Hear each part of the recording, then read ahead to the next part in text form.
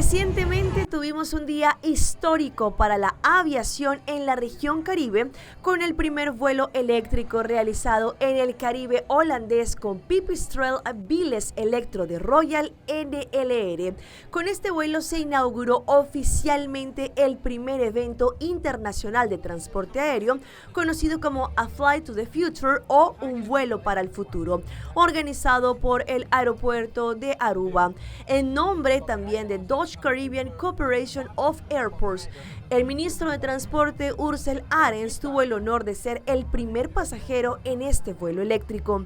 Es un paso en la historia y es un proceso para ser el primer pasajero a bordo de un vuelo eléctrico en la región Caribe. Fue un honor y a la vez una emoción. Sostenibilidad e innovación hace parte importante de la visión que el gobierno tiene para el futuro, y para poder tener este vuelo eléctrico realizado en la región es un testimonio más de nuestro compromiso por explorar, desarrollar e implementar esfuerzos sostenibles.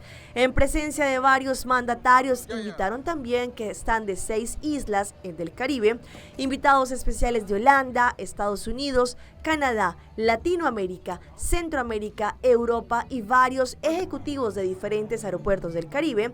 Este Pipistrel Biles Electro alzó su vuelo a las 5:30 y duró cerca de 15 minutos. Llegó a Aruba la semana pasada y allí tuvieron no solamente todo en la parte del hangar en el aeropuerto de Aruba, ejecutando estos vuelos eléctricos durante esta semana. El vuelo para el futuro. Dutch Caribbean Corporation of Airports es una cooperación entre los 6 aeropuertos del Caribe de todo el reino holandés.